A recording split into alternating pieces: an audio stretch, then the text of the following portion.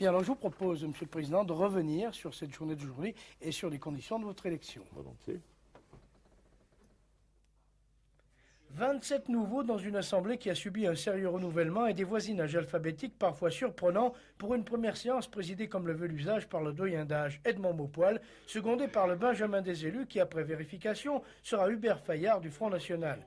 L'élection du président ne fera évidemment pas un pli, VGE recueillant les 24 voix promises contre 4 au candidat communiste, 4 au Front National, 5 à la candidate écologiste et 10 bulletins blancs, ceux des socialistes et du chasseur-pêcheur.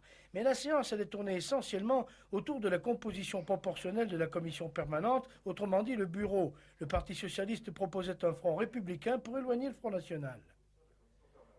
Nous souhaitions que la proportionnelle s'applique à 10 membres de la commission permanente parce que ça permettait, si bien évidemment chacun voulait participer à notre action, ça empêchait le Front National de siéger à la commission permanente. Il me semble que ça va de soi et je regrette beaucoup que le Parti communiste ait eu une autre position. On ne diminuera pas l'influence du Front National par des astuces ou des combinaisons politiques.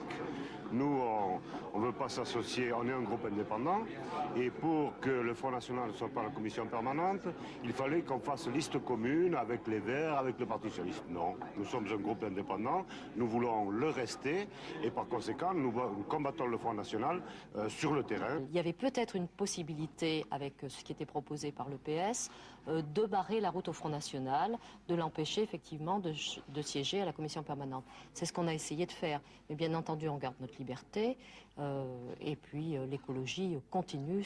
Le Front National, au centre des débats, se contentera de compter les points et de jouer encore une fois un rôle de marqueur politique. On est le centre de la vie politique actuelle, même dans la région, et ça me réconforte. Ça montre surtout que les autres formations n'ont peut-être plus beaucoup de choses à exprimer, alors ils expriment une position vis-à-vis du Front National. Nous, on a notre programme, on continuera à l'assumer.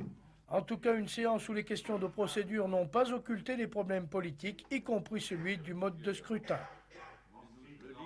Nous n'avons pas compris le double langage du Parti socialiste, qui veut au niveau national que la représentation nationale proportionnelle soit instaurée, et puis là, subitement, le Parti socialiste, par la bouche de M. Chaubard, en Auvergne, prend une décision contraire et veut éliminer le Front National. Mais comme le Front National a 4 élus, que le Parti communiste en a 4, finalement, je me demande si le Parti communiste n'était pas aussi visé.